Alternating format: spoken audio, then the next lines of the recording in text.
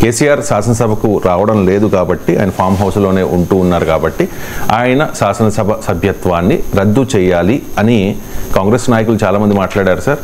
And రీసెంట్గా గజ్వేల్ నుంచి కొంతమంది నాయకులు పాదయాత్రగా వచ్చి ముఖ్యమంత్రితో భేటీ అయ్యారు.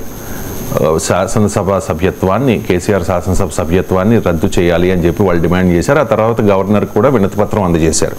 ఈ సందర్భంగా రేవంత్ కామెంట్ సార్, కేసీఆర్ శాసన సభ్యత్వ రద్దుపై మేము దృష్టి పెడతాము అని చెప్పేసి కేసీఆర్ను ఎమ్మెల్యేగా అనర్హుడిగా ప్రకటించే అవకాశం ఉంటుందా? అది రేవంత్ పరిధిలో ఉంటుందా? అంటే గవర్నర్ పరిధిలో ఉంటుందా అనేది మొదటి క్వశ్చన్. స్పీకర్ కదా శాసనసభ సభ్యత్వం రద్దు చేయాల్సింది. వీళ్ళు గవర్నర్ రిప్రజెంటేషన్ ఇచ్చారు ఒకటి. రెండవది, అసలు శాసనసభ సభ్యత్వం రద్దు అనేది అటెండ్ కాకపోతే 60 రోజులు కంటిన్యూస్గా అటెండ్ కాకపోతే అనుమతి లేకుండా రద్దు అవుతుంది. ఇది మనం జగన్మోహన్ రెడ్డి విషయంలో చాలాసార్లు మాట్లాడుకున్నాం. సో 60 days ఎక్కడ ఉంది? మనం కూడా వచ్చిపోయారు కదా, రీసెంట్గా వచ్చారు. సో అందువల్ల శాసనసభ సభ్యత్వం రద్దు చేసే అవకాశమే లేదు. ఎందుకంటే 60 days సమావేశం జరగాలంటే మన ఇప్పుడు ఒకప్పుడు 50 రోజులు సమావేశాలు అయ్యేది, ఇప్పుడు ఎక్కడవుతున్నది 20 రోజులు అవుతాయి ఎక్కువ. So even budget session, next budget session వరకు కూడా ఒక్కసారి వచ్చి సరిపోతుంది మధ్యలో. సో అందువల్ల శాసనసభ సభ్యత్వం రద్దనే అవకాశమే లేదు. ఎందుకు ఆ మాట అంటుంటారు అంటే, కాంగ్రెస్ పార్టీకి ఇప్పటికీ కూడా ఒక బిగ్ ఛాలెంజర్ కేసీఆరే. మీరు బీజేపీ తన స్వీయ స్వయంకృత అపరాధాలతో, కుమ్ములాటలతో, నాయకత్వ సంక్షోభంతో బీజేపీ కొట్టుమిట్టాడుతోంది. అందువల్ల తెలంగాణలో బీజేపీ ఆ రకంగా దూసుకురావడం లేదు. సో ఇక మిగిలిన ప్రధానమైనటువంటి రైవల్ కేసీఆరే. తెలంగాణ ఐడెంటిటీ కేసీఆర్, దీనికి ఉన్నటువంటి లింక్ వల్ల కేసీఆర్ను డిస్మాంటిల్ చేయడం వల్లనే కాంగ్రెస్ పార్టీకి అధికారం వచ్చింది, అధికారం నిలబెట్టుకుంటుంది. 4+4 ఆఫర్. మొదటిసారిగా కంట్రీ డిలైట్ పాలని 4 రోజులు ఆర్డర్ చేసిన వాళ్ళకి మరో 4 రోజులు ఫ్రీ. ఇంకెందుకు ఆలస్యం, యాప్ని డౌన్లోడ్ చేసుకోండి. Download the Country Delight app now. ఇప్పుడు మీకు కాంగ్రెస్ పవర్లోకి రావటానికి కానీ, మధ్యలో బీజేపీ కాస్త బండి సంజయ్ అధ్యక్షుడిగా ఊపు రావటానికి కానీ ప్రధానమైనది యాంటీ కేసీఆర్ పొలిటికల్ చైతన్యం. సో కేసీఆర్ అనే వ్యక్తి, కేసీఆర్ అనే రాజకీయ అస్తిత్వాన్ని అటాక్ చేసినప్పుడు ప్రజల్లో కేసీఆర్ వ్యతిరేకత కన్సాలిడేట్ అయి కాంగ్రెస్ పవర్లోకి వచ్చింది. అందుకే ఫామ్ హౌస్లు, అందుకే ప్రగతి భవన్లు, అందుకే గడీలు, అందుకే ఇవన్నీ మీకు కేసీఆర్ కుటుంబము. సో అందువల్ల కేసీఆర్ను అటాక్ చేయడం అనేది కాంగ్రెస్ పార్టీకి అనివార్యం. ఇప్పుడు దేశంలో ప్రతిపక్షాలు నరేంద్ర మోడీని టార్గెట్ చేస్తూ రాజకీయం చేయడం లేదా?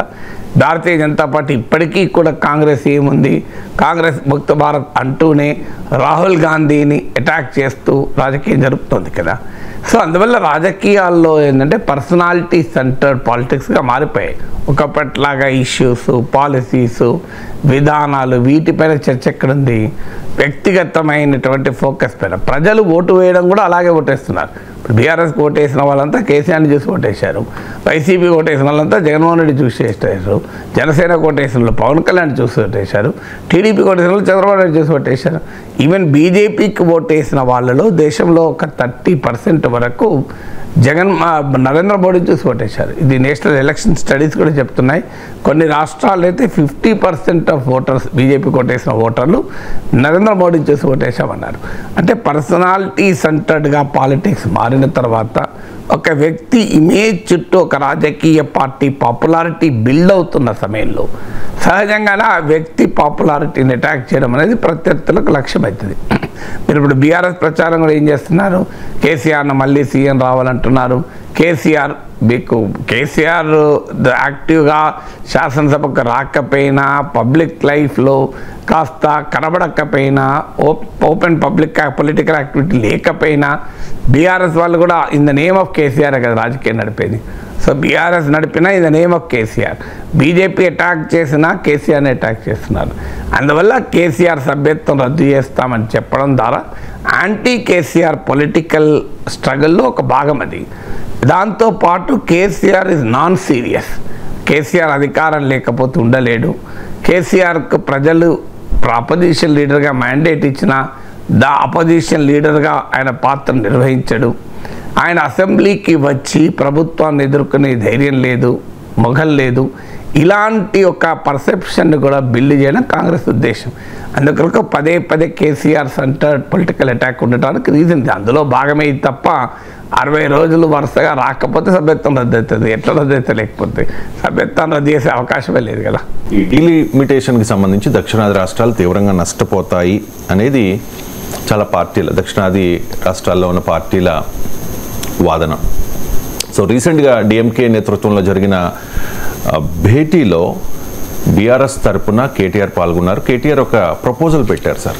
దేశ జీడిపికి రాష్ట్రాలు ఇచ్చే కంట్రిబ్యూషన్ ఆధారంగా ఆయా రాష్ట్రాలకు లోక్సభ సీట్ల కేటాయింపు ఉండాలి, జనాభా ప్రాతిపదికన అయితే కాదు అని చెప్పేసి. సో కేటీఆర్ ప్రతిపాదన వర్కౌట్ అవుతుందా? కేటీఆర్ ఫార్ములా వర్కౌట్ అవుతుందా?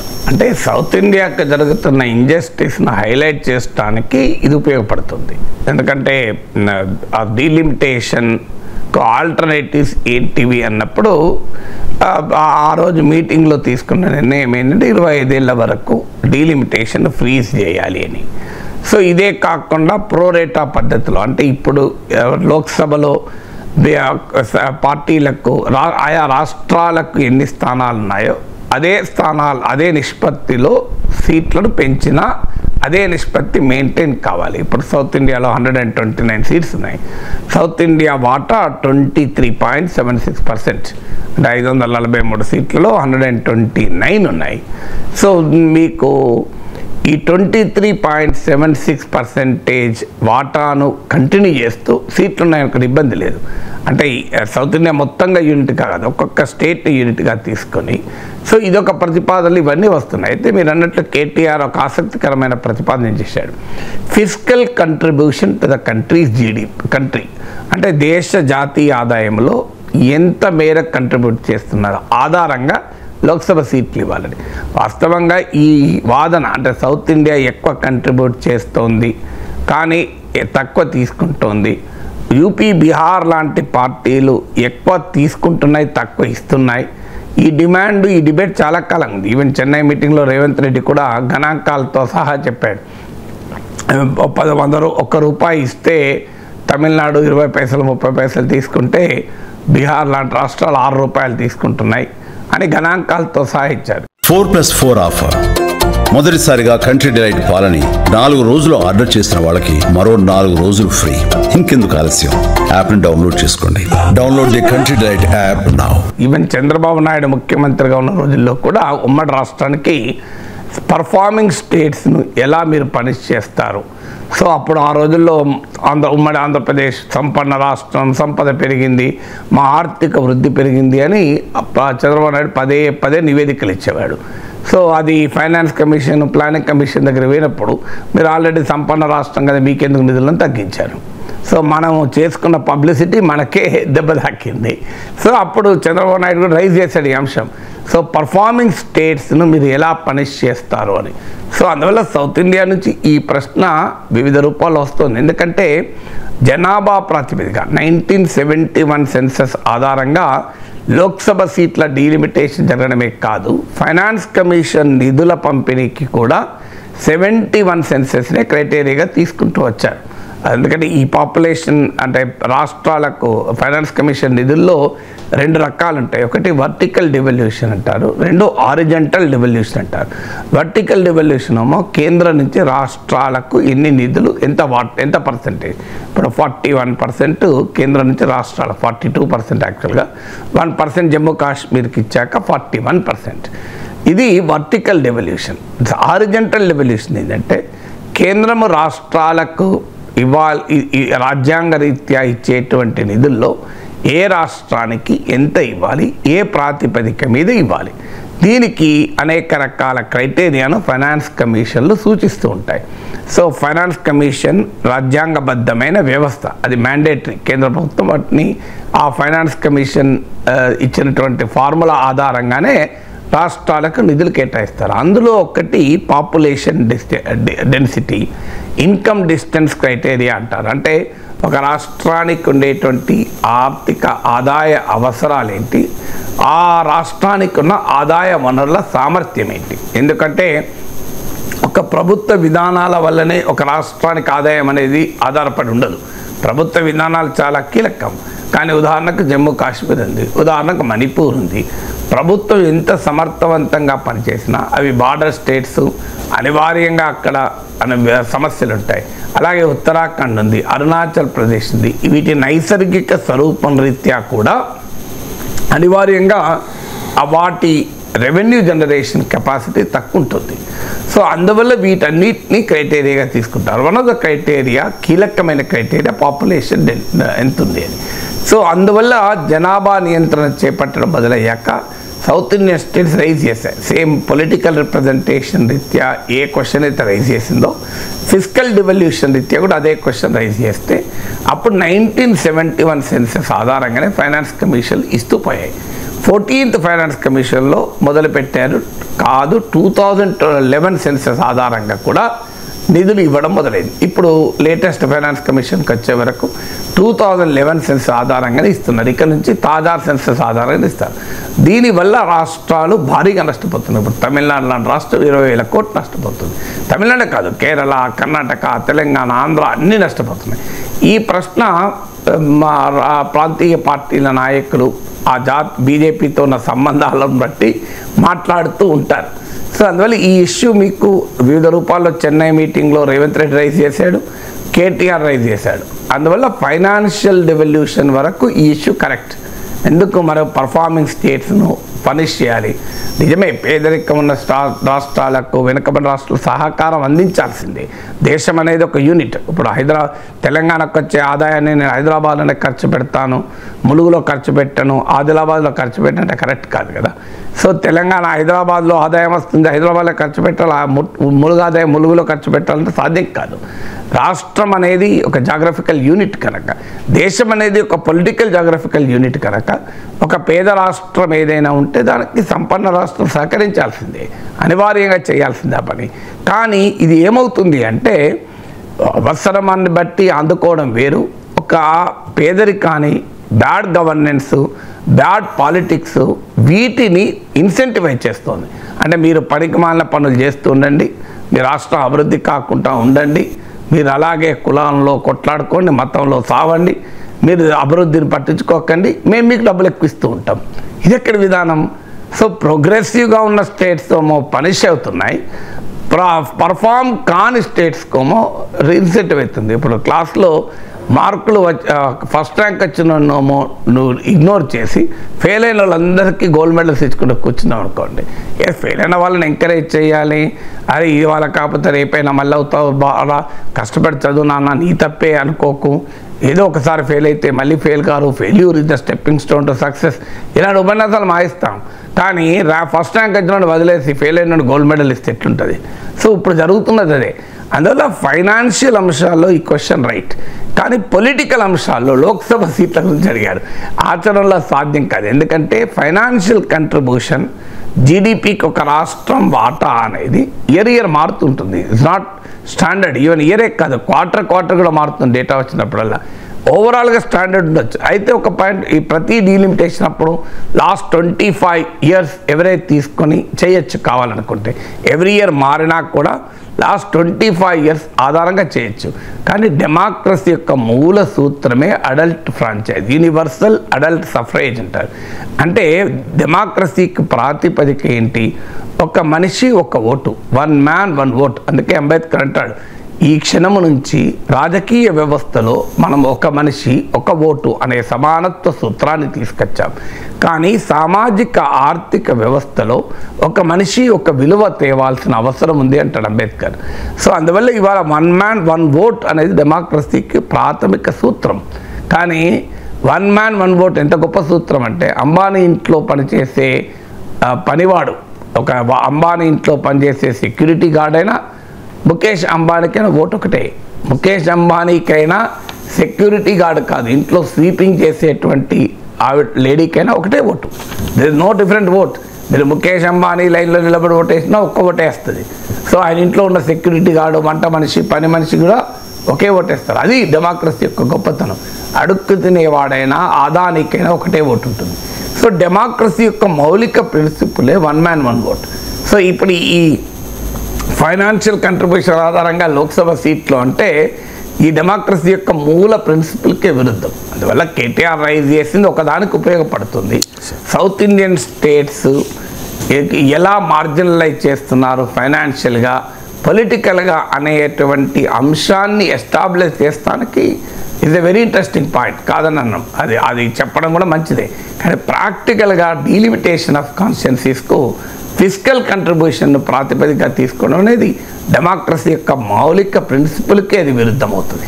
మతం ఆధారంగా రిజర్వేషన్లు కేటాయించడాన్ని ఆర్ఎస్ఎస్ మొదటి నుంచి కూడా అబ్జెక్ట్ చేస్తూ ఉంది. ముస్లిం కోటా రిజర్వేషన్లు రాజ్యాంగ విరుద్ధం అంటూ ఉన్నారు సార్ ఆర్ఎస్ఎస్ నేతలు. నిజంగా ముస్లిం కోటా రిజర్వేషన్లు రాజ్యాంగ విరుద్ధం? ఆర్ఎస్ఎస్ చెప్పడమే కాదు, రాజ్యాంగం చెప్పింది, కోర్టుల తీర్పు కూడా చెప్పాయి. ఆర్ఎస్ఎస్ నాయకుడు కూడా చెప్పింది, కోర్టు తీర్పులను కోట్ చేశాడు అతను. ఆర్ఎస్ఎస్లో నెంబర్ 2 ఇది ఇష్యూ ఎందుకంటే కర్ణాటకలో ప్రభుత్వ కాంట్రాక్ట్లు కూడా 4% ముస్లింలకు కేటాయిస్తారు అనేటువంటి ప్రయత్నం జరుగుతుండడం వల్ల ఈ ప్రశ్న వచ్చింది. సో ఆర్ఎస్ఎస్ నాయకుడు చెప్పింది 100% కరెక్ట్. ముస్లింల్లో ఉన్న వెనుకబడిన వర్గాలకు రిజర్వేషన్ ఉంటాయి తప్ప ముస్లింలందరికీ ఉండవు. వెనుకబాటుతనం ఆధారంగా రిజర్వేషన్ ఉంటాయి, నాట్ ఫర్ రిలీజియస్ ఐడెంటిటీ. రాజ్యాంగం ఏం చెప్తుంది అంటే ఆర్టికల్ 16(4) ఏదైనా ఒక వర్గం వెనుకబడిన వర్గంగా ఉంటే ఆ వర్గ అభ్యున్నతికి ప్రభుత్వము అఫర్మేటివ్ యాక్షన్ అంటే అవసరమైన చర్యలు తీసుకోవాలి అని చెప్తోంది. సో అంటే ఏ పౌరుడైనా ఈ పలానా మతం వారని ఎక్కడ లేదు, కులం ఆధారంగా రిజర్వేషన్ ఇవ్వమని కూడా ఎక్కడా లేదు. బ్యాక్వర్డ్ క్లాస్ అన్నారు దాన్ని, బ్యాక్వర్డ్ కాస్ట్ అనలే. రాజ్యాంగ పరిభాషలో బ్యాక్వర్డ్ క్లాస్ అంటే ఎస్సీ అవుతారు, ఎస్టీ అవుతారు, బీసీ అవుతారు, ఈవెన్ ఫిజికలీ ఛాలెంజ్ అందరూ కూడా బ్యాక్వర్డ్ క్లాసే. Backward class does not refer to the caste. Supreme Court అనేక తీర్పుల్లో ఈ చర్చ జరిగింది. కాస్ట్ ఆధారమా, క్లాస్ అంటే ఏంటి, కాస్ట్ అంటే ఏంటని. అప్పుడు సుప్రీంకోర్టు ఫైనల్గా ఇచ్చినటువంటి జురిస్ప్రుడెన్స్ ఏంటి, రిజర్వేషన్ జురిస్ప్రుడెన్స్ ఏం చెప్తుంది అంటే caste may be the convenient starting point for reservation but it cannot be the sole criteria అని సుప్రీంకోర్టు తీర్పుల సారాంశం. 4+4 ఆఫర్. మొదటిసారిగా కంట్రీ డిలైట్ పాలని 4 రోజులు ఆర్డర్ చేసిన వాళ్ళకి మరో 4 రోజులు ఫ్రీ. ఇంకెందుకు ఆలస్యం, యాప్ని డౌన్లోడ్ చేసుకోండి.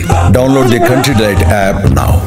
రిజర్వేషన్ జూరిస్ప్రుడెన్స్ అంటారంటే రిజర్వేషన్ అంశం పైన మీరు కేస్ లాను గనక స్టడీ చేస్తే, అంటే అనేక తీర్పుల్ని గనక మీరు స్టడీ చేస్తే కామన్గా వచ్చే పాయింట్ ఏంటి అంటే cost is a convenient starting point. ఎందుకంటే మన దేశంలో కాస్ట్ అండ్ క్లాస్కు చాలా సిమిలారిటీస్ ఉంటాయి. పేద వర్గాలు అనగానే కులాలు ఒకటే. మీరు సింపుల్ శానిటేషన్ వర్క్ చేస్తున్న వాళ్ళ కులాల ఏదో లెక్క తీయండి, అందులో అగ్ర కులాల వాళ్ళు ఒక్కరంటే ఒక్కరుండరు, ఆల్మోస్ట్ నిల్. మరి ఎందుకుంటారు ఒకే కులం వాళ్ళు? అగ్ర కులాలు పక్కకు పెట్టండి, వెనక ఓబీసీస్ కూడా ఉండరు. మీరు శానిటేషన్ వర్కర్లో అత్యధిక మంది ఎస్సీసీ ఉంటారు. ఎందుకుంటారు? మున్సిపల్ స్వీపర్ల కులాలు తీయండి, మీరు అత్యధిక మంది పాపం ఎస్సీస్ ఉంటారు, లేదంటే మోస్ట్ బ్యాక్వర్డ్ కాస్ట్ ఉంటారు.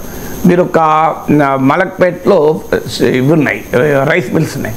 ఆ రైస్ మిల్ల ఓనర్లు ఎవరు, రైస్ మిల్ల పనిచేసే అమాలీలు ఎవరు లెక్క తీయండి. ఖచ్చితంగా చెప్పగలను, ఓనర్లు అగ్రకులాల వాళ్ళు ఉంటారు, అమాలీలు ఎక్కువ మంది. ఎవరైనా ఒకరు బీసీ కులానికి చెందిన వాళ్ళు, ఎస్సీ కులానికి చెందిన ఓనర్ ఉండొచ్చు. అమాలీలు అత్యధికులు అడగాన కులాల వాళ్ళు ఉంటారు. సో ఈ 3 ఉదాహరణలు మీరు సింపుల్, రైస్ మిల్లులో ఓనర్లు ఎవరు, అందులో పనిచేసే వాళ్ళు. ఎందుకు మీరు జూబ్లీ హిల్స్లో ఉన్న హోటళ్ళు తీయండి, రెస్టారెంట్లు తీయండి, అందులో ఓనర్లు ఎవరు, పనిచేసే వాళ్ళు ఎవరు లెక్క తీయండి. క్లియర్గా మనకు కాస్ట్ డిఫరెన్స్ ఉంటుంది. అందువల్ల ఒక ఎస్సీ సంపన్నుడు కూడా మా రెస్టారెంట్ ఉంటూ ఉండొచ్చు, లేదని అంటలేదు. మెజారిటీ ఏంటి, మీరు జనాభాలో వారి వాటాను సో ఆధారంగా మీరు కంపేర్ చేయండి. ఆ ప్రాపర్టీ క్లాసెస్ డెఫినెట్గా అప్పర్ కాస్ట్ ఉంటాయి. అయితే కాస్ట్ అండ్ క్లాస్ ఓవర్లాప్ కూడా అవుతుంది. అంటే అగ్రకులాల్లో చాలామంది పేదలు ఉన్నారు. ఈవెన్ ఒక ఎస్సీ చెందిన రెస్టారెంట్ ఓనర్ ఉండొచ్చు, ఒక అగ్రకులానికి చెందినవాడు అందులో వెయిటర్గా పనిచేయచ్చు. అవి కూడా ఉన్నాయి వాస్తవం. అందువల్ల మన దేశంలో కాస్ట్ క్లాసు సిమిలర్ కాదు. ఓవర్లాప్ అవుతుంది, కానీ అదే సమయంలో to great extent caste class similarity ఉంది. అందుకే సుప్రీంకోర్టు ఏం చెప్పిందంటే caste is a convenient starting point for deciding the backwardness, కానీ caste alone is not the point. ఇప్పుడు ఒక అగ్రకులం, ఒక అణగారిన కులంలో పుట్టి ఆ కుటుంబంలో 3 జనరేషన్లు ఐఏఎస్లు రిజర్వేషన్ తీసుకున్న తర్వాత కూడా ఇంకా దాని బ్యాక్వర్డ్ క్లాస్ అందామా? ఈ డిబేట్ నడుస్తుంది ఆల్రెడీ. అందువల్ల అందుకే మీకు ఒక జడ్జిమెంట్లో సుప్రీంకోర్టు రామ్ సింగ్ కేసు అనుకుంటాను, మీకు మీకు ఈ చార్ట్స్ కేసు అంటారు, అందులో సుప్రీంకోర్టు ఒక మాట కూడా ఉన్నది, ట్రాన్స్జెండర్లను ఉదహరిస్తూ ట్రాన్స్జెండర్స్ ఏ కులమైతేంది తీవ్రమైన వివక్ష గురవుతున్నారు, సో ఇలాంటి వారికి ఉండాలి కదా రిజర్వేషన్లో రైజ్ చేసింది. అంటే క్రియేటివ్ ఇంటర్ప్రిటేషన్ ఉండాలి బ్యాక్వర్డ్ క్లాస్ అన్నదానికి. సో అందువల్ల మన దేశంలో వెనకబాటుతనం ఆధారంగా రిజర్వేషన్లు ఇస్తారు, కులం కాదు, మతం కాదు. సో కులము వెనకబాటుతనంలో సిగ్నిఫికెంట్ సిమిలారిటీ ఉంది కనుక కులం కన్వీనియంట్ స్టార్టింగ్ పాయింట్ అయింది, అంతే తప్ప that is not the sole criteria. అందుకే జాట్ రిజర్వేషన్ల విషయంలో తీర్పు చెప్తూ ఒక కమ్యూనిటీ రాజకీయంగా తనకున్న పలుకుబడి ఉపయోగించుకొని తనకు తానుగా వెనుకబడిన వర్గంగా ప్రకటించుకుంటే అది అంగీకరించబడదు అని చెప్పింది జాట్స్. ఒక పొలిటికల్ ఇన్ఫ్లుయెన్స్ ఉంది కదా అని నేను బ్యాక్వర్డ్ క్లాస్ అంటే సరిపోదు అని. సో అందువల్ల బ్యాక్వర్డ్ క్లాస్కు డెఫినేషన్ ఏంటంటే కులం మతం ఆధారం కాదు, కనీసం కులమన్నా కన్వీనియంట్ స్టార్టింగ్ పాయింట్ కానీ మతం కాదు. ఎక్కడ మతం ఆధారంగా రిజర్వేషన్ అనేది రాజ్యాంగం ఎట్టి పరిస్థితులు అంగీకరించదు. అందువల్ల ఆర్ఎస్ఎస్ నాయకుడు చెప్పింది 100% నిజం. ఆర్ఎస్ఎస్ చెప్పింది కదా ముస్లింల గురించి కదా అని మనం కాదని అనలేము. అందువల్ల అయితే అదే సమయంలో మతం ఆధారంగా రిజర్వేషన్లను తిరస్కరించవచ్చా ఈ వాదన? ఎందుకంటే కులం అనేది హిందూ మతంలో ఉంది, కులం ఇస్లాంలో లేదు, కులం క్రిస్టియానిటీలో లేదు కనుక మరి కులమే లేని ఇస్లాంలో ముస్లింలకు రిజర్వేషన్లు ఎట్లు ఇస్తారని క్వశ్చన్. ఈ ప్రశ్న అడిగేవారు మర్చిపోతున్నది ఏంటంటే కులం ఆధారంగా రిజర్వేషన్లు ఉన్నాయనుకుని వాళ్ళు మాట్లాడుతున్నారు. కులం ఆధారంగా ఇండియన్ కాన్స్టిట్యూషన్ రిజర్వేషన్ ఇవ్వదు. అందుకే నేను ఇంత వివరంగా చెప్పాల్సి వచ్చింది. Cost is only the convenient starting point, it is not the cost, it is the class, backward class. మీకు బ్యాక్వర్డ్ క్లాసెస్లో ఎస్సీస్ ఎస్టీస్ కూడా వస్తారు రాజ్యాంగ పరిభాషలో. అందుకే బీసీలకు రిజర్వేషన్లు ఇచ్చినప్పుడు ఏమన్నారు? ఓబీసీస్ అన్నారు, అదర్ బ్యాక్వర్డ్ క్లాసెస్ అన్నారు. మరి చాలామందికి డౌట్ రావాలి, బీసీ ఏంటి ఓబీసీ ఏంటి అని. అదర్ ఎందుకు వచ్చిందంటే అదర్ దెన్ ఎస్సీస్ అండ్ ఎస్టీస్ అని. ఎస్సీస్ ఆల్రెడీ రిజర్వేషన్లు పొందుతున్నారు కనుక అదర్ బ్యాక్వర్డ్ క్లాసెస్ అనే పదం వచ్చింది. అందువల్ల కాస్ట్ అనేది ప్రాతిపదికగా భావించి హిందూ మతంలో కాస్ట్ ఉంది, ఇస్లాంలో కాస్ట్ లేదు కనుక ముస్లింలకు ఎలా ఇస్తారు అని వాదన ఉన్నది. అది కరెక్ట్ కాదు. అందుకే ఆర్ఎస్ఎస్ నాయకులు అది కూడా చెప్పాడు. అప్రిషియేట్ చేయాల్సింది ఏంటంటే ముస్లింల్లో ఉన్న వెనకబడిన వాళ్ళకి ఇవ్వచ్చు అన్నాడు. That is a good point. BJP నాయకులు ఒప్పుకోరుకైనా ఆర్ఎస్ఎస్ నాయకులు అంగీకరించారు. అంటే ఉదాహరణకు మీరు ఒక రజక వృత్తి చేసుకునేవా అతను ఉన్నాడు, సో అతను గుడికి పోతే రిజర్వేషన్ ఇస్తావు, అతను మసీదుకి పోతే రిజర్వేషన్ ఇవ్వనంటే ఎట్లా? ఓ చేపలు పట్టుకునే వ్యక్తి ఉన్నాడు, కుటుంబం ఉంది, అతను మసీదుకు పోతే రిజర్వేషన్ ఉండదు, గుడికి పోతే రిజర్వేషన్ ఉంటుంది. అంటే ఒకవైపు ఏమో భారత రాజ్యాంగం ఏ మతాన్నైనా విశ్వసించి ఆచరించి ప్రచారం చేసుకుని హక్కిస్తుంది. Freedom to profess, practice and preach religion is a fundamental right. అంటే ఒక ఫండమెంటల్ రైట్ను నువ్వు కాదనగలవా? అందువల్ల ఒక రాజ్యాంగం ఇచ్చే ఒక సదుపాయాన్ని వెసులుబాటు ఇస్తున్నందుకు ఒక ప్రాథమిక హక్కునే నేను కాల రాస్తా అంటే అది రాజ్యాంగం అంగీకరించదు. అందుకే మతం ఆధారంగా రిజర్వేషన్లు ఉండవు, మతం వల్లనే రిజర్వేషన్లు కోల్పోరు. అందువల్ల ముస్లింల్లో కూడా వెనకబడిన వారిని గుర్తించి అది కూడా ఎంపరికల్ స్టడీస్ ఆధారంగా క్రైటీరియాను ముస్లింలో కూడా ఆశ్రఫ్స్ అని, అర్జల్స్ అని ఇలా ఆ డిఫరెన్షియేషన్ రాజేంద్ర సచార్ కమిటీ కూడా చెప్పింది, అనేక కమిటీలు చెప్పారు, రంగనాథ్ మిశ్రా కమిటీ. సో ఆ వెనుకబాటుతనాన్ని గుర్తించి రిజర్వేషన్లు ఇవ్వవచ్చు. ఇది ఆల్రెడీ బీజేపీ పాలిత రాష్ట్రాల్లో కూడా ఉంది, కర్ణాటకలో ఎప్పటి నుంచో ఉంది, బీజేపీ పాలించిన సమయంలో కూడా ఉంది. సో కానీ ముస్లిం కనుక రిజర్వేషన్ ఇవ్వరాదు, వెనకబడిన వర్గంగా రిజర్వేషన్ ఇవ్వాలి, హిందూ కానీ ముస్లిం కానీ. కానీ జస్ట్ బికాజ్ ముస్లిం కనుక రిజర్వేషన్ ఇవ్వడం ఖచ్చితంగా ఓట్ బ్యాంక్ పాలిటిక్స్. ఒక లౌకిక రాజ్యంలో మెజారిటీ మతానికే సెక్యులరిజం వర్తించదు, మైనారిటీలకు వర్తిస్తుంది. మన దేశంలో సెక్యులరిజం పేరిట జరిగిన పొరపాటు ఏంటంటే మెజారిటీ కమ్యూనిటీకేమో సెక్యులరిజం చెప్తారు, మైనారిటీస్ విషయానికి వచ్చేటప్పుడేమో ఓట్ బ్యాంక్ రాజకీయాలు చెప్తారు, ముస్లిం అపీజ్మెంట్ పాలిటిక్స్ నడుపుతారు. బీజేపీ బలపడటానికి కూడా అదే కారణమైంది. ప్రతిపక్ష పార్టీలు సెక్యులర్ పార్టీలు సూడో సెక్యులర్ అని బీజేపీ అటాక్ చేస్తానికి కారణం కూడా అదే. ఎందుకంటే మతం పట్ల సెక్యులర్ దృక్పథం ఒకటే ఉండాలి. హిందూ మతమైనా, ఇస్లాం అయినా, క్రిస్టియానిటీ అయినా, సిక్కిజం అయినా, బుద్ధిజం అయినా. కానీ నేను మెజారిటీ మతం పట్ల ఒక రకంగా ఉంటా, మైనారిటీ మతం పట్ల ఒక రకంగా ఉంటే సెక్యులరిజం ఒప్పుకోదు. Secular is secular. Secular state has no religion, state has no Hinduism, state has no Islam also. కానీ నా రాజ్యానికి మతం ఉండకూడదు అనేది సెక్యులరిజం చెప్తోంది. రాజ్యానికి మతం ఉండకూడదు అన్నప్పుడు మతం ఆధారిత రిజర్వేషన్లు ఎట్లుంటాయి? అది ఇంకొకటి ప్రాక్టికల్గా కూడా ఇది మంచిది కాదు. మీకు ఇది మైనారిటీలకు కూడా వ్యతిరేకం. ఓట్ల కొరకు రాజకీయాలు చేయొచ్చేమో కానీ మైనారిటీలకు కూడా వ్యతిరేకం. ఎందుకు వ్యతిరేకం అంటే మెజారిటీ ప్రజల్లో మైనారిటీ వ్యతిరేకతను పెంచుతుంది. ఏ సమాజంలోనైనా మెజారిటీ ప్రజల ఆగ్రహానికి గురైన మైనారిటీ శాంతియుతంగా ఉండలేదు. అందువల్ల మెజారిటీ ప్రజల వ్యతిరేకతను పెంచడం కూడా మైనారిటీలకు శ్రేయస్కరం కాదు. ఆ రెండవ కారణం. మూడవ కారణం పొలిటికల్గా కూడా సెక్యులర్ పార్టీస్కి ఉపయోగపడుతుందా? ఇది కూడా అమాయకత్వం తెలిపేది. జరిగింది అదే. మీకు 10-15%, 20%. ఇప్పుడు బెంగాల్లో ముస్లింలు 20%, తెలంగాణలో 14%. సో ఇలా 10 నుంచి 20%గా ఉన్న ముస్లింలను కొన్ని కాన్స్టిట్యూన్సీలో 30%, 40% ముస్లిం ఓట్ను ఆధారంగా చేసుకొని అఖిలేష్ యాదవ్లు, మీరు లాలూ యాదవ్లు, మమతా బెనర్జీలు రాజకీయం చేస్తే మెజారిటీ ప్రజల ఆధారంగా చేసుకొని నరేంద్ర మోడీ రాజకీయం చేస్తున్నాడు. అంటే మతం ఆధారంగా అసదుద్దీన్ ఓవైసీ ఎంపీ అయి, తమ్ముడు ఎమ్మెల్యే అయి, ఓల్డ్ సిటీలో 7 ఎమ్మెల్యేలు పొంది, కార్పొరేషన్లో సగం కార్పొరేటర్లు పొంది నువ్వు రాజకీయం చేస్తుంటే అది సెక్యులరిజం అవుతుంది. హిందువుల ఆధారంగా రాజకీయం చేస్తే అది కమ్యూనలిజం అవుతుందా? సెక్యులర్ పార్టీస్కి ప్రశ్న వేయాలి. అంటే మతాన్ని ఉపయోగించుకొని తన 7 ఎమ్మెల్యేలు గెలిపించుకొని, ఒక ఎంపీ గెలిపించుకొని, ఓల్డ్ సిటీలో నేను రాజ్యం వేస్తా, పవర్ బిల్లు కట్టా, వాటర్ బిల్లు కట్టా, నాకు అక్కడ రూల్ ఆఫ్ లా కూడా వర్తించదు అని అంటున్నామో అది సెక్యులరిజం అవుతుంది. ఎక్కడ రాజకీయం ఇది? ఇదే సెక్యులర్ పార్టీ చేస్తున్న పెద్ద పొరపాటు ఇదే. సో అందువల్ల మతం అనేది ఎవరికి వర్తించదు కదా. సో అందువల్ల మీరు 20% ఓటర్లతో మీరు రాజకీయం చేస్తారు, 80% ఓట్లతో వాళ్ళు రాజకీయం చేస్తున్నారు. జరుగుతున్నది అదే ఇప్పుడు. సో బీజేపీకి బలం వస్తున్నది అదే. ఏమయ్యా చూడండి, వాళ్ళు ముస్లింలు అందరూ కలిసి ఓట్లు వేసుకుంటున్నారు, మనం ఎందుకు వేసుకోకూడదు బీజేపీలు చెప్తున్నారు. కానీ హిందువులకు మనం సెక్యులరిజం చెప్తున్నాం, ముస్లింలకు కూడా సెక్యులరిజం చెప్పాలి. అయ్యా మీరు కమ్యూనల్ పార్టీస్కి ఓట్లు వేసినంత కాలం మీరు ముస్లిం ఆధారంగా ఐడెంటిటీ రాజకీయం నడిపితే ఆటోమేటిక్గా హిందూ ఐడెంటిటీ రాజకీయం జస్ట్ లెజిటిమైజ్ అవుతుంది కదా. అందువల్ల ముస్లిం రిజర్వేషన్లు పొలిటికల్గా చూసినా బీజేపీకి అల్టిమేట్గా బెనిఫిట్ అవుతుంది. ఎందుకంటే counter mobilisation of majority voters చేయవచ్చు.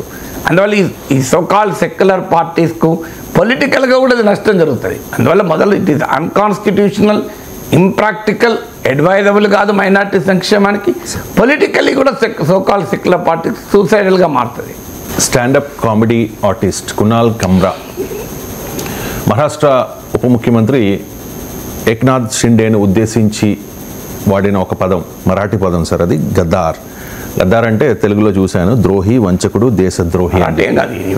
హిందీలో కూడా ఉందా సార్? మరాఠీ వర్డ్ అనుకున్నాను. ఓకే, ద్రోహి అని చెప్పి కామెంట్ చేశారు.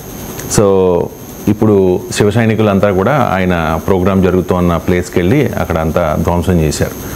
ఈ కునాల్ కమ్రా సపోర్టర్స్ ఏం చెప్తూ ఉన్నారంటే ఆయన భావ ప్రకటన స్వేచ్ఛ ఉంది కునాల్ కమ్రాకి, ఆయన భావాన్ని వ్యక్తం చేశారంటే అది ఎలా తప్పు అవుతుంది అని చెప్పేసి. సో ఇది భావ ప్రకటన స్వేచ్ఛను హరించడమా సార్? ఇప్పుడు మొదటి పాయింట్, ఆయన మాట్లాడింది తప్పే అనుకుందాం, కానీ శివ సైనికులు, షిందే వర్గం శివ సైనికులు చేసిన రైటా? ఇప్పుడు ఆ ప్రోగ్రాం జరిగిన వెన్యూను కూలగొట్టారు. ఆఖరికి మున్సిపల్ కార్పొరేషన్ అధికారులు కూడా వెళ్ళి కూలగొట్టారు కొంత. తర్వాత ఈ స్టాండప్ కునాల్ కమ్రా ఎక్కడ తిరగకుండా చేస్తాం, బయటికి ఎట్లా వస్తావో చూస్తాం. మహారాష్ట్రలో కాదు, దేశంలో ఎక్కడికి వెళ్ళినా నీ సంగతి తెలుస్తాం. సో ఇది కరెక్టా? ఒక స్టాండప్ కమేడియన్ ఒక పదం వాడడం తప్పైతే, చట్టవిరుద్ధమైతే, ఒక భారత పౌరుడు నువ్వు ఎక్కడా తిరగకుండా చేస్తాం, ఇది fundamental right to move anywhere. అంటే ఎక్కడికైనా వెళ్ళే ప్రాథమిక హక్కును నేను కాలరాస్తా అంటే అది కూడా ఒక రికగ్నైజ్డ్ పొలిటికల్ పార్టీ, గుర్తింపు పొందిన ఒక రాజకీయ పార్టీ ఒక ఉప ముఖ్యమంత్రి నాయకత్వం రాజకీయ పార్టీ అంటే మరి చట్టం అంగీకరిస్తుందా? స్టాండప్ కమెడియన్ పైన కేసు పెడతారు, మరి శివసేన సిందే వర్గం పైన కేసు పెట్టరా? ఒక వ్యక్తి ఫండమెంటల్ రైట్ని హరిస్తున్నా అంటున్నాడు, నువ్వు ఎక్కడ తిరగలేవు అంటున్నాడు, ఎక్కడ తిరగకుండా చేస్తామని బెదిరిస్తున్నాడు, థ్రెటనింగ్ వైలెన్స్, ఆల్రెడీ వైలెన్స్ సృష్టించారు. మరి ఇది రూల్ ఆఫ్ లా ఒప్పుకుంటుందా? ప్రభుత్వంలో ఉన్నవారే చట్టాన్ని ఉల్లంఘించి, ప్రభుత్వాన్ని ఉన్నవారే రాజ్యాంగాన్ని ఉల్లంఘిస్తే, ప్రభుత్వంలో ఉన్నవారే రూల్ ఆఫ్ లా పాటించకపోతే ఇక ప్రభుత్వానికి పౌరులను చట్టాన్ని ఫాలో అవ్వకమని అనే హక్కు ఉంటుందా? ఇది మొదటి ప్రశ్న. ఆయన అనేది తప్పే అనుకుంటే 4+4 ఆఫర్. మొదటిసారిగా కంట్రీ డిలైట్ పాలని 4 రోజులు ఆర్డర్ చేసిన వాళ్ళకి మరో 4 రోజులు ఫ్రీ. ఇంకెందుకు ఆలస్యం, యాప్ని డౌన్లోడ్ చేసుకోండి. Download the Country Delight app now. రెండవది, ఆయన ఏమన్నాడు? ఒక ద్రోహి ఏక్నాథ్ షిండే శివసేనలకు మోసం చేసి వెళ్ళి దేవ్ ఫడ్నవీస్ కా గోదీ మే బయటే అని ఆయన ఒడిలో పోయి కూర్చున్నాడు. ఇలా మీడియాను గోదీ మీడియా అని చెప్పి 10 ఏళ్ళుగా మాట్లాడతలేరా? సో ఇది అసలు ద్రోహి అనడం అనేది అంత పెద్ద పదమా?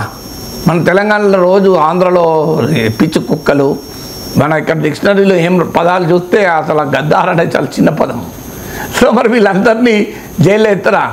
ఇప్పుడు ముఖ్యమంత్రిని పట్టుకొని బీఆర్ఎస్ నాయకులు పిచ్చి కుక్కలు అనలేదా? ముఖ్యమంత్రి స్వయాన ముఖ్యమంత్రి స్ట్రెచర్ నుంచి మార్చరి అనలేదా? సో మరి ఇంతకన్నా ఎక్కువ తిట్టుకుంటున్నారు కదా ఆంధ్రప్రదేశ్లో, మామూలుగా తిట్టుకుంటున్నారా? సో ఆంధ్రప్రదేశ్ తెలంగాణలో దేశ రాజకీయాలు ఎలా తిట్టుకుంటున్నారు? మామూలుగా తిట్టుకుంటున్నారా? మరి మామూలు దేశ ప్రధానమంత్రి గుజరాత్ పబ్లిక్ ప్రచార ఎన్నికల సమయంలో దేశ ప్రధానమంత్రి నరేంద్ర మోడీ, మాజీ ప్రధాని మన్మోహన్ సింగ్, ఉపరాష్ట్రపతి హమీద్ అన్సారీ, అలాగే సైన్యంలో ఉన్నత స్థాయిలో పనిచేసిన వ్యక్తి, వీళ్ళు ముగ్గురు పాకిస్తాన్తో కలిసి కుట్ర పని నన్ను చంపాలని చూశారు అన్నాడు. ఇంతకన్నా పెద్ద మాట ఉంటుందా ఇంకోటి ఏదన్నా? సో ఇంతకన్నా పెద్ద, మళ్ళీ పార్లమెంట్లో దానికి అప్టైం లేదు, మాకు మన్మోహన్ సింగ్ మీద చాలా గౌరవం అన్నారు. ఒక దేశ ప్రధానమంత్రి చేసిన పొలిటికల్ వ్యాఖ్య ఇది కరెక్టా?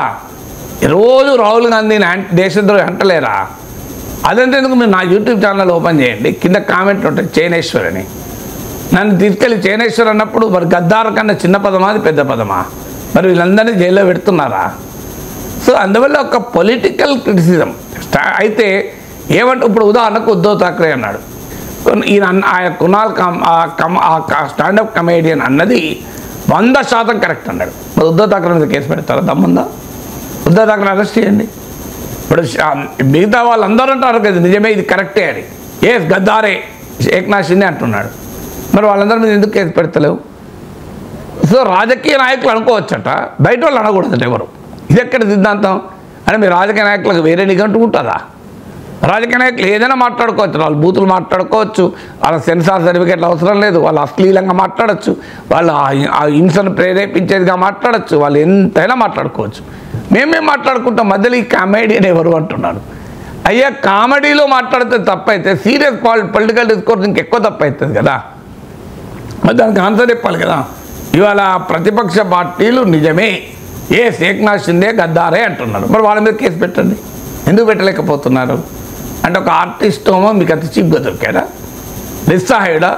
ఉద్ధవ్ ఠాక్రే మీద ఎందుకు కేసు పెట్టే ధైర్యం లేదు మీకు? ఉద్ధవ్ ఠాక్రే మీద కేసు పెట్టి లోపలేయండి.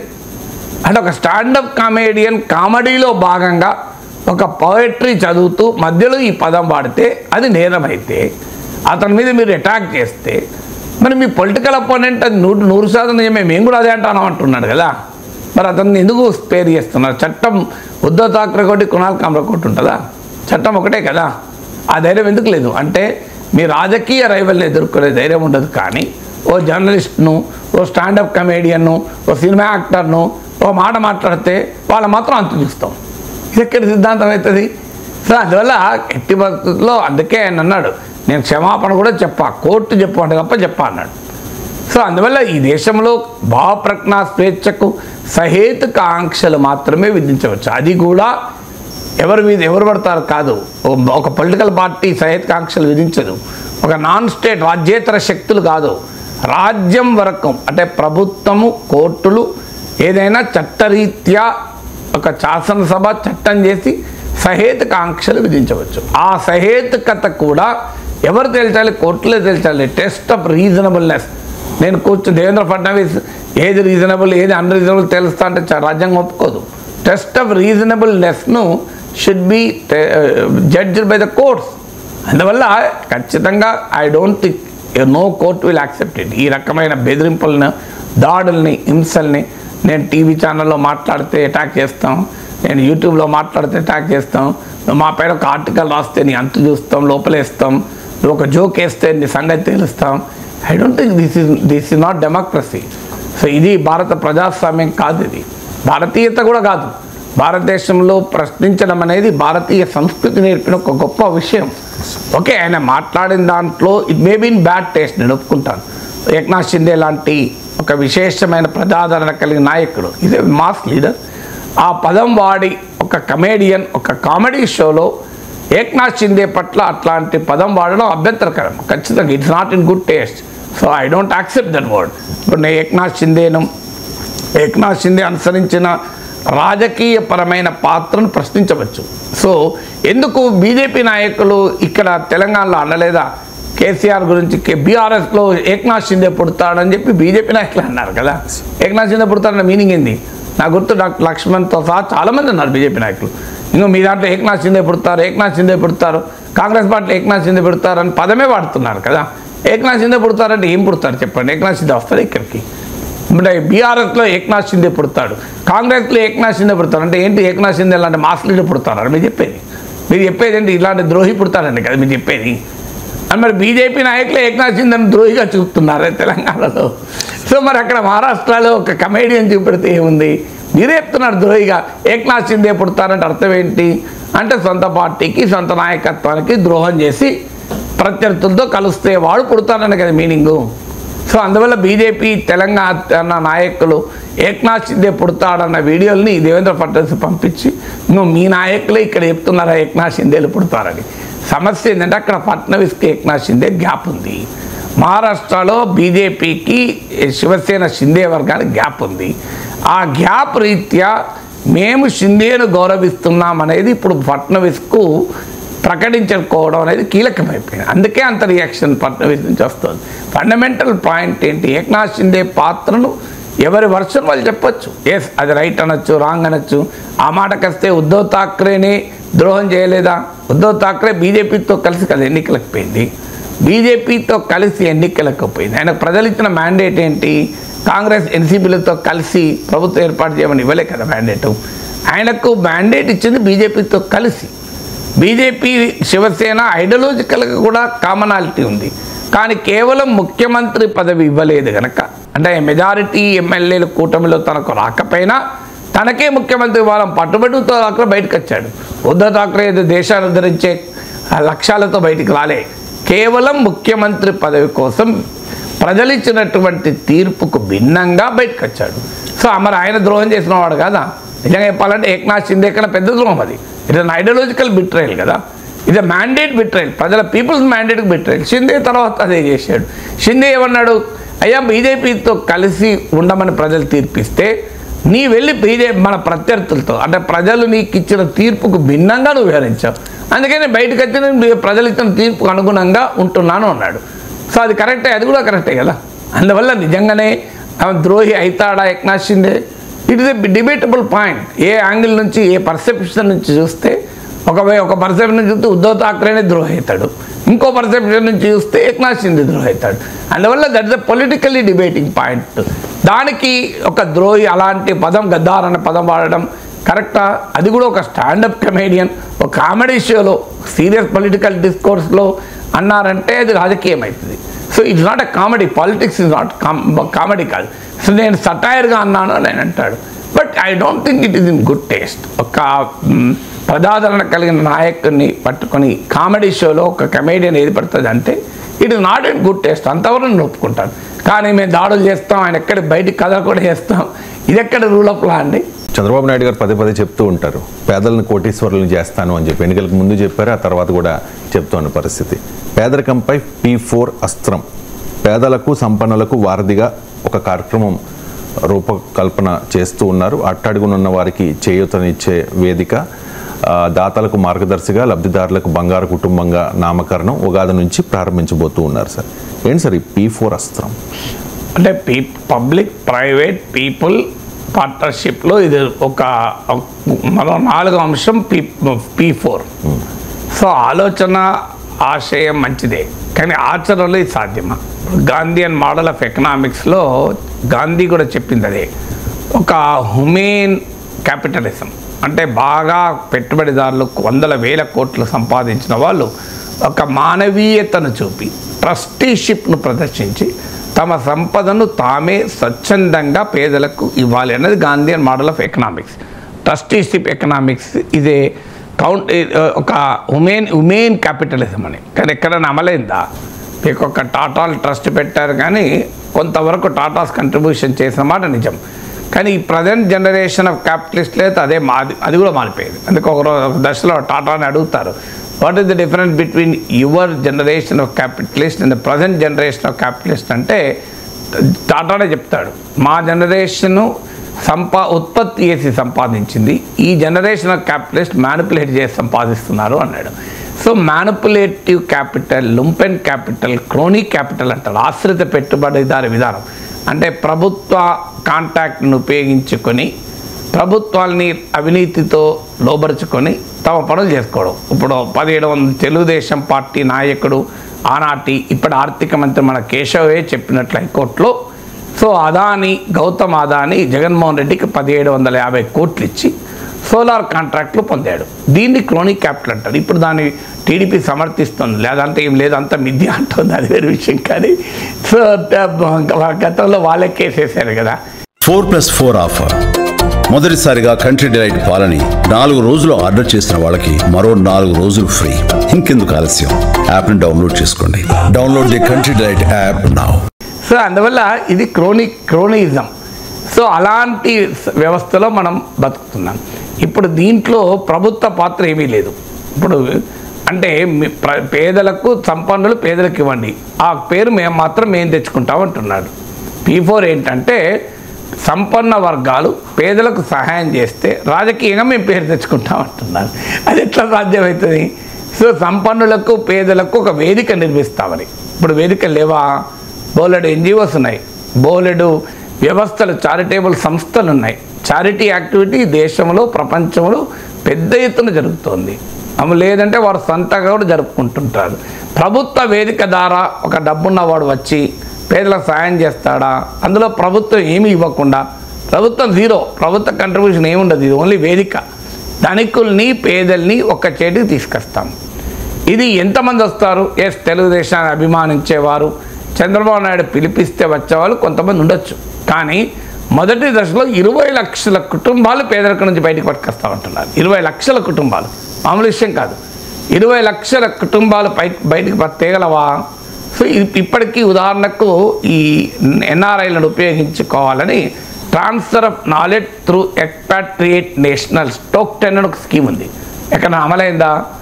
సో ఎవరైనా NRIలు కమిటెడ్ వాళ్ళు ఉంటే వారు సహాయం చేయాలనుకుంటే వారు రకరకాల మార్గాల్లో సహాయం చేస్తారు. నేను ఇప్పుడు RTCలో సమ్మె జరిగినప్పుడు కొంతమంది RTC డ్రైవర్లు, కండక్టర్లు, ఈవెన్ ఆర్థిక బాధలను అనుభవించారు, చనిపోయారు కూడా కొంతమంది. అప్పుడు నాకు డలాస్లో నాకు డాక్టర్ సుధా ఆమె ఫోన్ చేసి, సార్ నేను మీ ద్వారా సహాయం చేయాలనుకుంటున్నాను సార్, పేదలకు వారికి RTC డ్రైవర్లకు అని మీకు డబ్బులు పంపిస్తాను సార్, వాళ్ళకి ఇవ్వండి అన్నారు. ఒక తెలంగాణలో RTC కార్మికులే కాదు, ఈవెన్ ఉపాధి కోల్పోయినటువంటి భవన నిర్మాణ కార్మికులకు కూడా ఇవ్వమని ఆ కోరిక. నెల్లూరులోను, విజయవాడలోను. నన్ను అడిగి మీకు పంపిస్తాను సార్ అంటే, మీ ఆదర్శం నిజంగా అభినందనీయం, కానీ నాకు డబ్బులు పంపకండి, ఇవాళ నేను నా ప్యాడ్లు వేస్తాను, మాకు మీ మీద నమ్మకం సార్, మీకు ఇస్తే అది కరెక్ట్గా చేరుతుంది అని మా నమ్మకం, అందుకొరకు ఇస్తాం అంటే, లేదమ్మా మీ నమ్మకానికి సంతోషం, కానీ అది పద్ధతి కాదు. సో నేనేం చేస్తానంటే, మీకు ఆ రియల్ బాధితులు ఎవరు, ఎందుకంటే అమెరికాలో ఉన్న వాళ్ళకి ఇక్కడ బాధితులా కాదా తెలియదు, మధ్యలో ఉన్న వాళ్ళు మోసాలు చేయొచ్చు, ఆ డబ్బు పాపం వాళ్ళ కష్టార్జితం కదా, ఆమె డాక్టర్గా ప్రాక్టీస్ చేసి కష్టార్జితం, ఆమె సొంత పైసలు ఇస్తానన్నప్పుడు అది జెన్యున్గా నీడీకి అందాలి. అందుకొరకు నేను అప్పుడు ఏం చేస్తానంటే RTC కార్మిక సంఘాలతో నాకున్న కాంటాక్ట్స్ ఉపయోగించి భవన నిర్మాణ కార్మికులతో సంఘాలతో నాకున్న కాంటాక్ట్ను ఉపయోగించి వారి కుటుంబాలకు సంబంధించిన నెంబర్లు తీసుకొని వాళ్ళ పేర్లు తీసుకొని వాళ్ళ నెంబర్లు ఆమెకు పంపించి అమ్మ మీరే డైరెక్ట్గా మాట్లాడి ఆ బాధిత కుటుంబాలలో అంటే ఇప్పుడు చనిపోయిన డ్రైవర్ సతీమణితో మాట్లాడండి, వాళ్ళ ద్వారా మీరు బ్యాంక్ అకౌంట్ తీసుకొని మీరు కన్విన్స్ అయితే మీరు డబ్బులు వేయండి అన్నది. అలాగే వేసారు కూడా. ఒక ఎగ్జాంపుల్ చెప్తున్నాను అంటే దీనికి ఏ P4 కదా ఇది. సో ఇందులో నేను చేసింది ఏమీ లేదు, ఒక వేదిక లింక్ చేశారు. రెండో ఉదాహరణ చెప్తాను. కోవిడ్ టైంలో అప్పుడు ప్లాస్మా మీకు గుర్తుండే ఉంటుంది, ప్లాస్మా డొనేషన్ అని పెద్ద ప్లాస్మా తెర నడిపారు, బ్లడ్ ఇవ్వడం. సో అప్పుడు నేనేం చేశానంటే యూట్యూబ్ వేదికనే నా కమ్యూనిటీని ఒక వేదికగా మార్చాను. ఎవరికి కావాలి ప్లాస్మా, ఎవరు డొనేట్ చేస్తాను రెడీగా ఉన్నారు. సో ఎవరైనా కావాలి అనుడితోనే పోస్ట్ పెట్టేవాడిని, ఇంకా పలానా గ్రూప్కు చెందిన వాళ్ళు ప్లాస్మా కావాలి అని వారి నెంబర్ కూడా ఇచ్చేవాడిని. డైరెక్ట్గా వాళ్ళు డోనర్స్ అంటే నా యూట్యూబ్ చూసే డోనర్లు, నా యూట్యూబ్ చూసే రిసిపియంట్లను కలిపాను. సో ఇది ఒక P4 ఏం చేసింది కూడా చిన్న లెవెల్లో. ఇలాంటి వేదికలు నేను చాలా చిన్న చేసి ఎగ్జాంపుల్ చెప్తాను. ఇప్పటికీ కూడా నిన్న కాక మొన్న కూడా ఒక అతను మెసేజ్ పెట్టాడు, సార్ నేను ఒక మంచి కాజ్కు మీరు చెప్పిన కాజ్కు ₹1,00,000 ఇస్తాను, సో నేను 50,000 ఇస్తాను, ఇలా చెప్తూ ఉంటారు. ఎందుకంటే వాళ్ళు ఎక్కడో అమెరికాలో ఉంటారు, చెయ్యాలి అని తప్పన, మేము ఇంత సంపాదించుకున్నాం కానీ ఏది కరెక్ట్ రూటో తెలియదు. ఇలాంటి వారికి వేదిక రకరకాల రూపాల్లో వాళ్ళు నమ్మేటువంటి వారికి విశ్వాసం ఉన్న సంస్థల ద్వారా, చారిటీ వేదికల ద్వారా వాళ్ళ ప్రయత్నాలు వాళ్ళు చేస్తూ ఉంటారు. ఇది డెఫినెట్గా ఫిలాంథ్రపీ అనే ఆలోచన పెరిగిన మాట నిజం, NRIలో కూడా పెరిగిన మాట నిజం. అందువల్ల ప్రభుత్వం ఈ వేదిక కల్పించడం అభినందనీయం. అలాంటి వాళ్ళు ఎవరైనా ఉంటే ప్రభుత్వాన్ని నమ్మేవాళ్ళు, అంటే ప్రభుత్వ అధినేత పైన విశ్వాసం ఉన్నవాళ్ళు డెఫినెట్గా మేము ఈ ప్రభుత్వం ద్వారా చంద్రబాబు నాయుడు ప్రతిపాదిస్తున్న P4 వేదిక ద్వారా ఇస్తే కరెక్ట్గా చేరుతుందని విశ్వసించవచ్చు, ఇవ్వవచ్చు కూడా. ఆ మేరకు ఆ ప్రయత్నం చేయడాన్ని అభినందించాలి. ఎందుకంటే ప్రజల భాగస్వామ్యంతో అభివృద్ధి జరగడం అనేది అవసరం, అనుమానమే లేదు. కానీ దానితోనే పేదరికాన్ని నిర్మూలిస్తామనుకుంటే పొరపాటు. మీకు తెలంగాణలో స్కిల్ యూనివర్సిటీకి ఆదాని 100 కోట్లు ఇస్తే ఇంత పొలిటికల్ కాంట్రవర్సీ చూసాం. సో అందువల్ల ట్రస్టీషిప్, చారిటీ ఇవన్నీ కూడా ప్రభుత్వాలు చేసేటువంటి కృషికి ప్రత్యామ్నాయం కాదు, ప్రభుత్వాలు చేసే కృషికి అదనంగా ఉపయోగపడతాయి. అందులో ఇప్పుడు ఉదాహరణకు మీరు అన్నా క్యాంటీన్లు పెట్టారు, అన్నా క్యాంటీన్లకు సహకరించండి అంటే చాలామంది డొనేషన్లు ఇచ్చారు. ఇప్పుడు ఉదాహరణకు మీకు TTD జరిపే అన్నదాన కార్యక్రమం ఉంది, భారీ ఎత్తున విరాళాలు ఇస్తారు కదా. సో మన దేశంలో ఇలాంటి కార్యక్రమాలు చాలా ఉన్నాయి.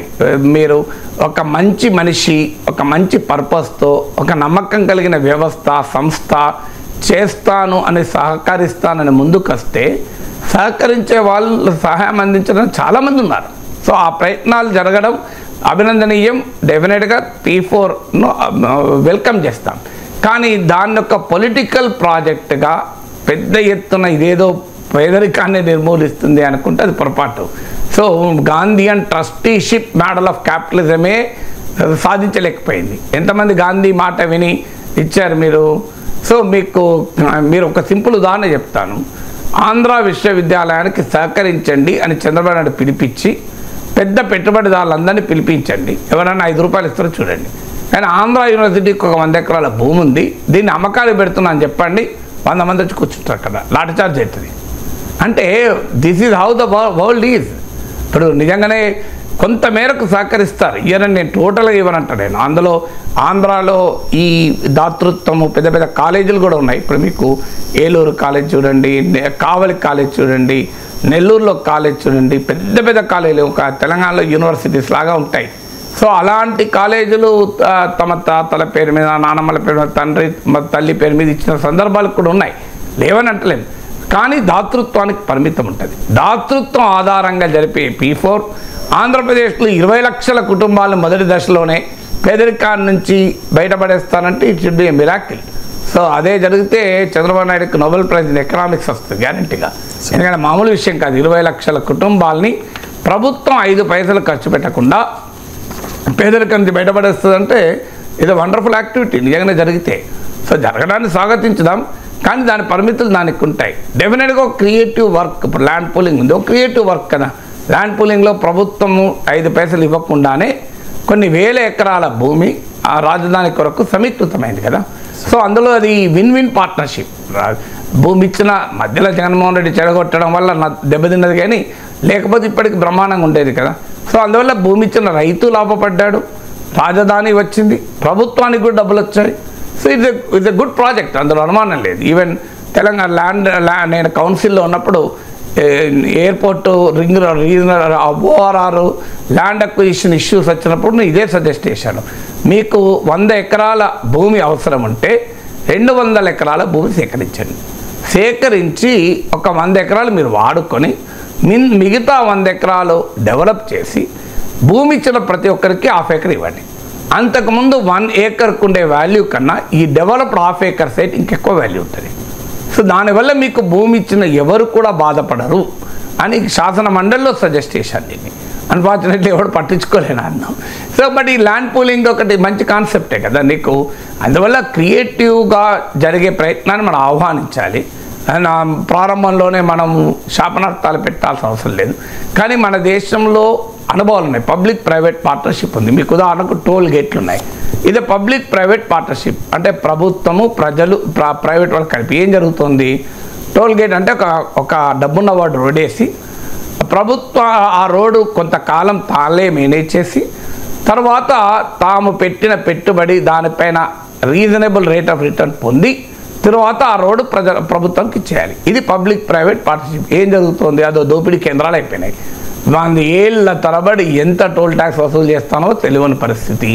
అసలు ఆ రోడ్ కన్స్ట్రక్షన్కి ఎంత ఖర్చు పెట్టావు, ఎంత వసూలు చేస్తుండవు, ఎన్నేళ్ళు వసూలు చేస్తావు, ఎంత లెక్క ఏంటి ఎవరికైనా తెలుసా.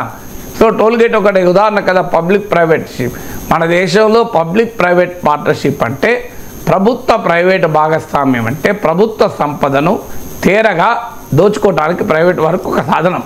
అది పబ్లిక్ ప్రైవేట్ పార్ట్నర్షిప్గా మారిపోయింది.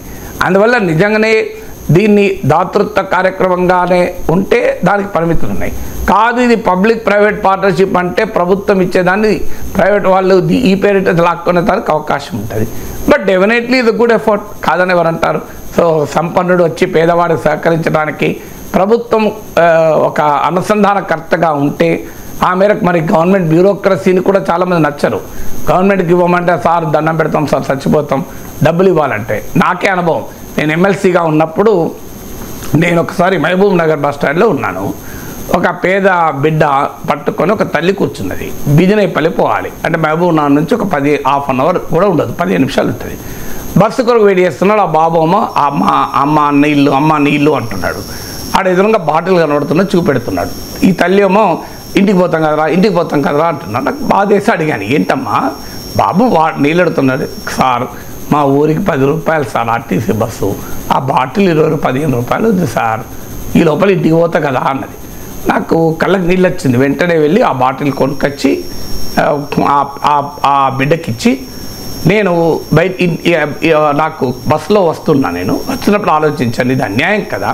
ప్రభుత్వ బస్ స్టాండ్లలో పేదవాళ్ళు ఉంటారు, వీళ్ళకు ఫ్రీగా ఎందుకు నీళ్ళు ఇవ్వకూడదు అని నా కాన్స్టిట్యున్సీ డెవలప్మెంట్ ఫండ్ కింద నేను మొత్తం నా నియోజకవర్గం ఉమ్మడి హైదరాబాద్, ఉమ్మడి మహబూబ్ నగర్, ఉమ్మడి రంగారెడ్డి ఈ 3 జిల్లాల్లో ఉన్న ప్రతి బస్ స్టాండ్కు వాటర్ ప్లాంట్ శాంక్షన్ చేశాను. ఇది శాంక్షన్ చేస్తూ లెటర్ ఇస్తే నాకు ఆర్టీసీ వారు అనుమతి ఇవ్వలే. ఎవరు ఎమ్మెల్సీ కాన్స్టిట్యూషన్ డెవలప్మెంట్ ఫండ్ మళ్ళీ ప్రభుత్వమే అమలు చేసేది. ఎందుకు ఇవ్వలేదు? ఆర్టీసీలో వాటర్ బాటిల్ అమ్ముకునే వ్యాపారులకు అధికారులకు మధ్య లింక్. నేను అప్పటి రవాణా మంత్రి బొత్స సత్యనారాయణకు విజ్ఞప్తి చేశాను, శాసన మండలిలో విజ్ఞప్తి చేశాను, కానీ ఇవ్వలే. ఆఖరికి ఆర్టీసీ కార్యాలయం ముందు నిరసన దీక్ష చేపట్టాల్సి వచ్చింది. ఏమన్నా నిరసన దీక్ష? నేను ఆర్టీసీ బస్ స్టాండ్లో వాటర్ ప్లాంట్లు పెడతాను, నేనే పెడతాను ఎమ్మెల్సీ నిధుల్లో, ఆర్టీసీ 5 పైసలు ఇవ్వాల్సిన అవసరం లేదు, మీరు ఉచితంగా నేను వాటర్ ప్లాంట్ పెట్టిస్తా అంటే ఆర్టీసీ అనుమతి ఇవ్వలే. నేను ఆఖరికి ధర్నా చేస్తే కింద కూర్చొని అప్పుడు అందరూ నాయకులు వచ్చారు నాకు మద్దతుగా, ప్రతిపక్ష నాయకులు అందరూ వచ్చారు. అప్పుడు నాకు అనుమతి వచ్చింది. ఇంత కొట్లాడాల్సి వచ్చింది. అనుమతి ఇచ్చారు, ఇవాళ సగం కాదు 80% పనిచేయడం లేదు, ఎక్కడో ఒక చోట పనిచేస్తుంది. Very unfortunate. నేను ఎమ్మెల్సీ ఉన్నప్పుడు అవి పనిచేయనియరు, పలక కొడతారు, లేదు అక్కడ క్లోజ్ చేస్తారు. ప్రతిరోజు యుద్ధమే. నాకు వనపర్తిలో ఎందుకు ఓపెన్ కాలేదు వికారం, అరే నేను ప్రభుత్వ నిధులతో ఇచ్చినవే పనిచేయలే. ఇది పబ్లిక్ ప్రభుత్వాలు ఎలా వ్యవహరిస్తాయని దానికి ఉదాహరణ అనుభవం. ఇప్పటికీ కొన్ని చోట్ల ఉన్నాయి. నిన్న కూడా ఎవరు చెప్పారు, సార్ ఈసీఎల్ బస్ స్టాండ్లో మీ పేరు కనబడుతుంది సార్, అక్కడ ఆనందం వేసింది సార్ అని.